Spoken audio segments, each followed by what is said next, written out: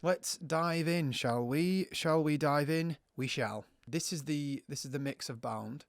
And these are all the layers and stuff. Yes, first everything was recorded here. We recorded on the Genesis desk.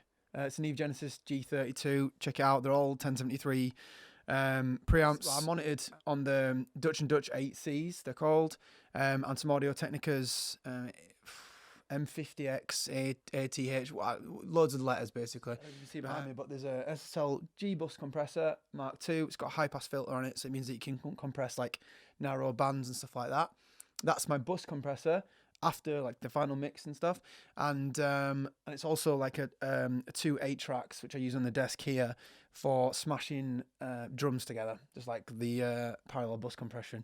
So there's that, and there's also a Bricasti M7. I don't know if you can see that as well. Usually a vocal plate, and I just send most of the mix on auxiliaries out to that. So that's one of those things. A distressor is usually on the samples of any drums or anything like that, just like smashing and extending to sustain. And then the other thing is an LA2A, hardware LA2A, which I use on bass, DI, and amp, like summed, and also vocals. So yeah, let's get into the mix of this, shall we? Then drums. Let's start with the drums, shall we? So if we jump in here, so let's just play a chorus, okay? So it's predominantly made up of Pearl Session Maple custom drums and a NATO original series floor tom 16, 12, 14. The snares are World Max Black Brass. Al Groves from Motor Museum recommended that in Liverpool, and he's done some cool stuff, and I thought it sounded good, so I bought one of them, and they're really cheap as well. They sound incredible. They're like a copy of, I think it's like a Black Beauty or something, but they have tons of sustain, and they just sound really good in the overheads. So samples reinforced would have been GGD stuff. Triggered Stephen Slate is the trigger I've used, which would have been a Black Beauty copy tuned to the original snare. The whole drum processing would go through UAD 33609, which sounds like this, which I printed back in. Here we go. So just overly aggressive, kind of in your face attack, and then instead of just using that, I would use the SSL bus compressor like as dual things. So that would be the mix bus as well as the 8 track 1 and 2 parallel bus drum compression. So they would go there, and I'd basically be riding it like the whole way through the song, because there's a mix of the real drums, there's a mix of the sample enforcing from Mo's own samples, from GGD's samples, from a bunch of, I overlay these cymbals as well. Like these are cymbals from the room that we would have used to reinforce, like when you're manually timing everything, you don't get the decay from the cymbals that I quite like. So again, this might be really quiet, but these are real cymbals from the session that I mean, they're all real, but they're like Sabian HH Explosion ones, which I thought were really cool. And brushes for the second verse, which sound a little bit like this. But there's just basically loads of room mics and Mo like on the snare, and you hear the sizzle of the I don't know if you can hear that, but the sizzle of the kind of the World Max Black Brass thing. Processing.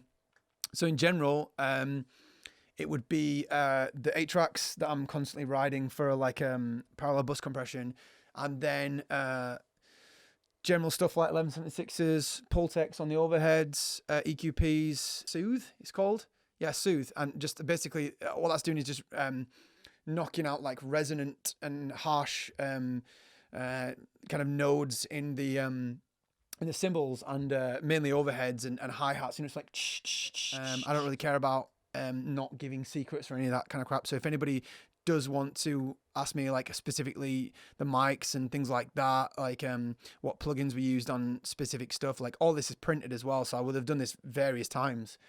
Once after manually editing everything by hand, like every transient on everything, on every multi-mic setup, so they end up finally sounding something more like this in the end. So you have the attack, but you still have the ringing sustain of the cymbals and stuff like that, which you just.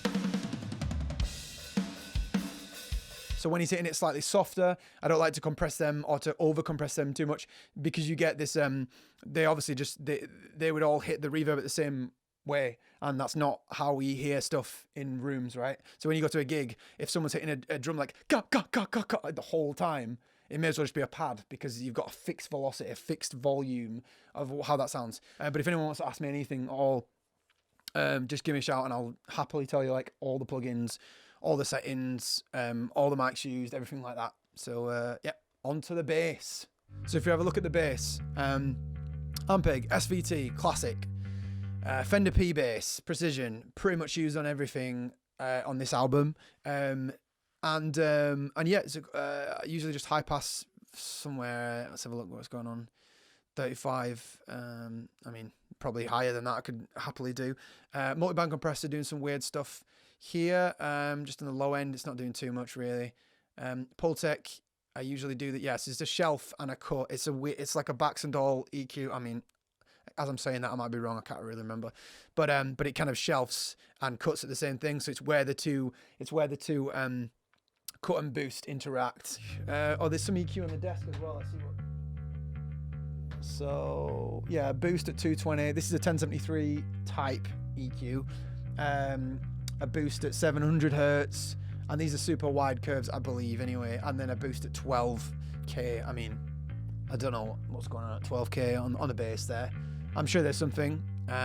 Probably noise. What I would have done is use the DI and the Ampeg mics, which would have been a 47 fet MD421 from Sennheiser, and this thing called like a sub mic by a company called Solomon, and it's called Low Freak, and that is yeah, that's basically would have been summed together, which would have then gone through probably the LA2A and just squashing it at like fucking crazy high rates, because it just sounds incredible. Like you can push hardware. From what I found, you can push a lot of hardware way more, especially things with valves and transformers in, because they just soak up the information the same way that the desks have like this crazy unlimited headroom. It goes through that, and then this plug-in processing happens here. There's also a second thing on the bass, which all this bass, by the way, would have also gone to well, I've got a guitar widener set up there, and also, oh, that's because it's the stereo bass. But the original bass would have been on the desk, probably on a general reverb out to the Bricasti, which would have been a vocal play around 1.2 seconds. I usually have them like quite short because there's so much stuff going on and everything gets sent to the reverbs. It just gets like super mushy. The bass DI, I would have sent back out to a plugin which I learned from Nolly. Not personally, but from like a YouTube video. Basically, you can check it out. It's really good. It's called the FabFilter Saturn. I don't know why I said that so weird. Saturn. And it's these are the settings if you want to check any of that out. I mean, I don't know if this is exact stuff, but that he said, but I've just messed around with it until it sounded good. But this sounds like this. So it's a stereo bass, and the reason being, usually I don't want a lot of like low end in the sides anyway, meaning left and right. I would usually have the bass like right down the middle, but I reamped Bush's original bass through this plugin, FabFilter Saturn, just to get some of the top end, so the bass and drums in this section, chorus, and the pre-chorus building up. There's like a little bit of the Saturn in there as well, and in the verse I think it's mainly clean. Yeah, single like hits. Some of the levels are a little bit funky here because it's again playback. Okay, I think that's it for bass. So onto guitars, right, here we go. So basically, let's have a look, see what we've got going on here. So the main gist of this one. So these are the printed ones, like all the guitars together. But in general, there's like loads of Fenders, loads of Gibsons. There's another company that I've instantly forgotten that Ross uses. Should probably put in the comments or something what we're looking at here. So Mark's got these going on. So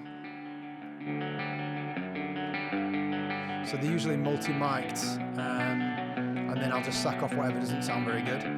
So I take a DI nearly always, and that's usually for like timings and stuff, right? So this is like groups, and again they've been printed. Mark's guitars we used a Vinebrock, which again I don't know if you see behind me, but it's a Vinebrock Barracuda ME5 it's called. I've got a green one and a black one, and they're like 100 watts. Are they 100 watts? I don't know. Some crazy valve amount, wattage, and super loud. And they'd go into a Marshall 1960. I think it's 1960. Might be 1960 angled cab, and it just sounds really good. It's like a 4x12, and I usually mic it up with a Coles 438. The radial DI again, the J48, a Josephson E22, a 57 and a 67. They're really heavily lined up, and it's not clipping, by the way. It's the way Logic works with Zoom, in case you've got any Pro Tools users. There we go. So what we've got going is a Widener, which is like a Sound Toys thing. There's both things on Ross and Mark's. So it sounds like this, which might just be incredibly phasey. I don't think you can even hear that.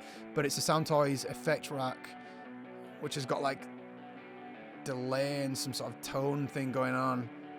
Thick transmitter setting. There we go. But then also out to a Fab Sound Toys, sorry. This basically just spreads it. It's like a detuner thing, like a chorusy type effect if you haven't heard that before. The plate is doing this,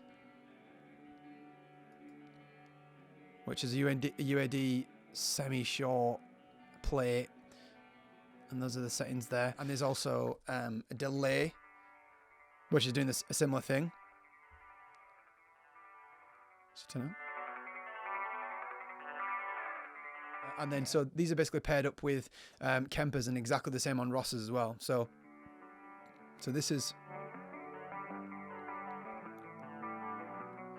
sort of like a heavily affected clean. Let's see if we can find out what it's called. Eric's Legacy Clean 4. Yeah, look, and I'd usually narrow the bandwidth, so there's only this going on, right? Just the mid-range, no top end, so you don't hear the attack. And then with Mark's guitar, I reckon this is some Strymon Flint. I think it is. I'm not sure. So this would be an occasion where just use the pedals because they make the sound. Doing that, the Kemper is probably doing something cleaner. So for some reason I panned the Kemper. Oh no, it's automated. Okay, so it's moving. So this will be a thing that I'm like with focus to headphones. Not with focus, with sort of. So it's panning across as it's moving, which gives you this sort of wavy feeling of it constantly moving, right? Just kind of like washing around. It's really hard to get the reverb because it just constantly sounds distant. So the way to point that out to people is to basically throw it in left and right and then keep moving it, etc., etc. I'll actually show you what I'm doing with some of this EQ. So this is like a general setting, a 4000G, some sort of expander going on here. I don't know why that's. Maybe that's on, I don't know. But either E or G, I don't really, usually E, but I guess I use both. So there's like shelf and notch. So these are just Ross's kind of, I remember when he recorded this, it sounded a bit like Star Wars or something to me, right? So like weird and like just like theatrical or something, right? So it's quite like that. And they would have been multi-tracked, yeah. Listen to this, like,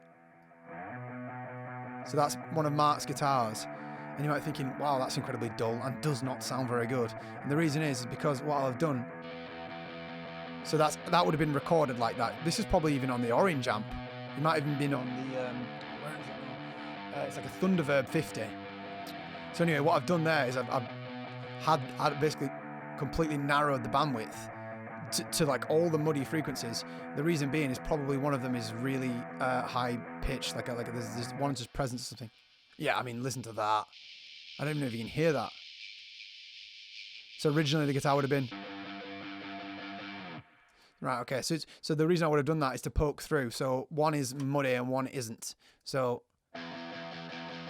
that's two guitars, and then along with Mark's main width guitars. So the chords in the centre, that's the chords in left and right.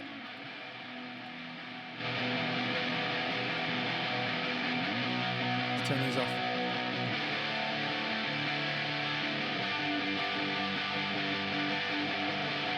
Yeah.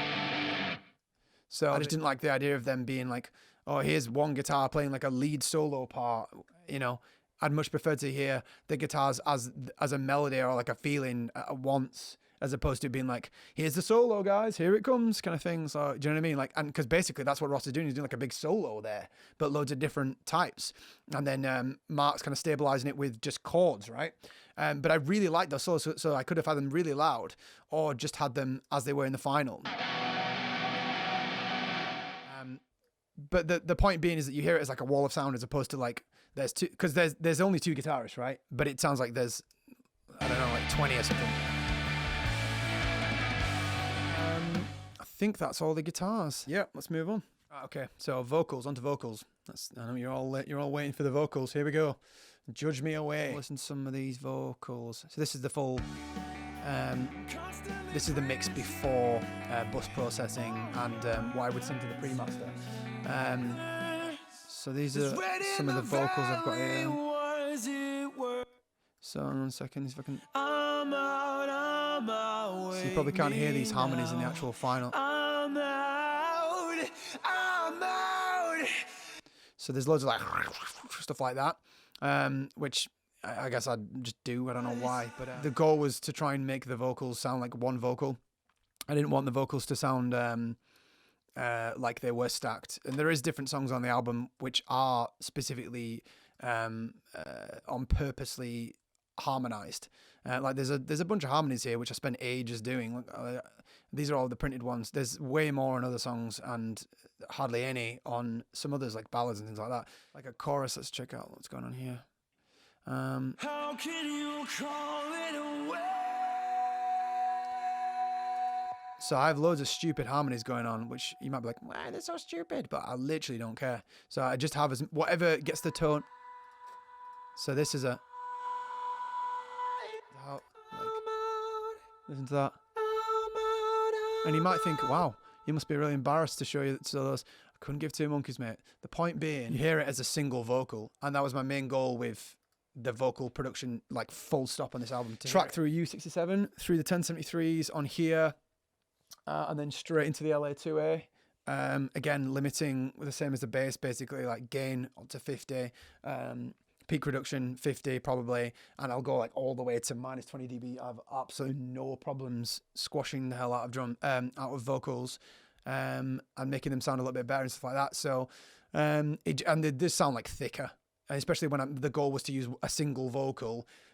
Let's like say there's no doubles of the lead or anything like that. There's a few harmony like weird bits going on, but for the most part it's a single vocal, which is just like I'm not used to doing that as often. How can you call it away? See if you can hear this. We're down in our luck, don't you save us? Wasters, we're bad at us. I'm bad enough. So call it off, we don't run. Yeah, so a lot of these vocals are on this. Actually, this was some 7B, I'm pretty sure. So all this is 67, and all the harmonies and stuff like that would have been 67.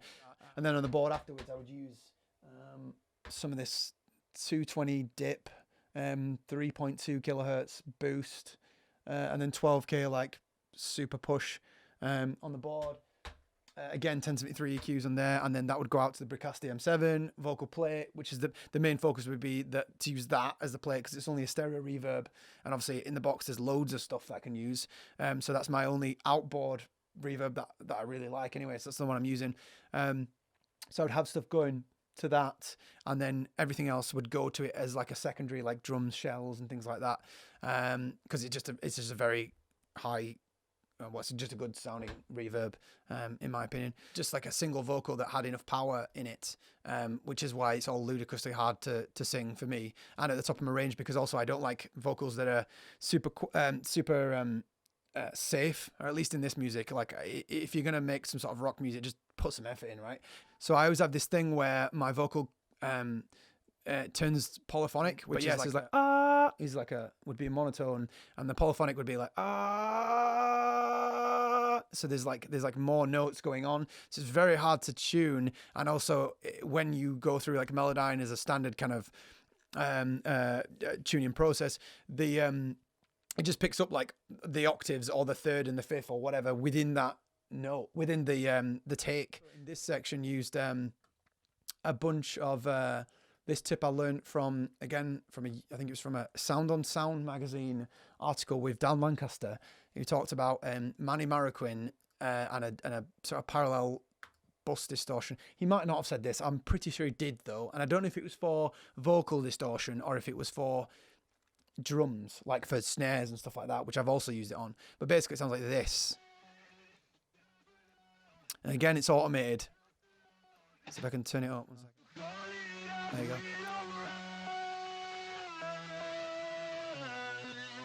So that's going on in the background, which again is giving it the width from just a single vocal. So together with the in this section, it's looking at something like, so the instrumental. So this is the bridge section coming out of the vocals here. Yeah!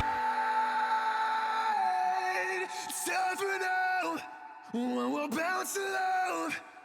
We're breaking our common trust. So this is an SM7B. So this is like a kind of vibey thing. And the reason I use SM7B is it just sounds a bit more distant and it's way darker than a 67 condenser anyway. Vocal processing, I would usually, so I've said about the LA2 and all that kind of stuff, but I would high pass maybe up to like 100 or something. Yeah, 100.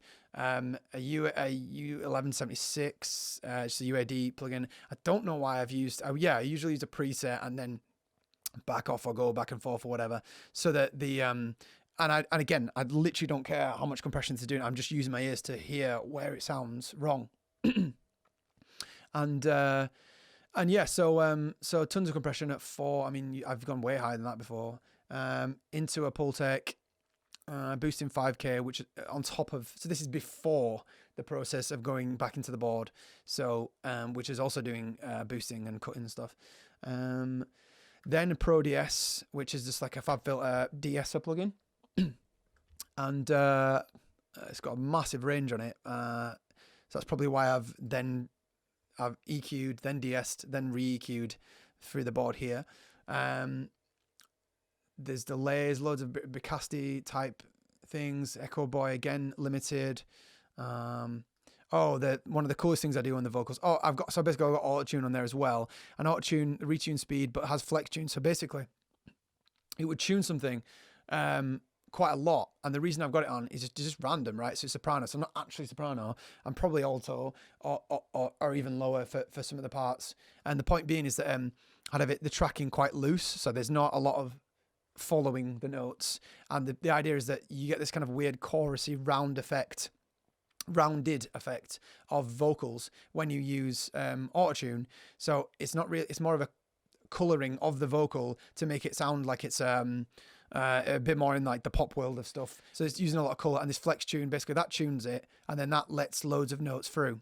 So yeah, it's all bust out pre-fader, a lot of level going out to this kind of thing, which I always call dimension wide. And this is from, I don't know what the guys call, like Corey or something on YouTube.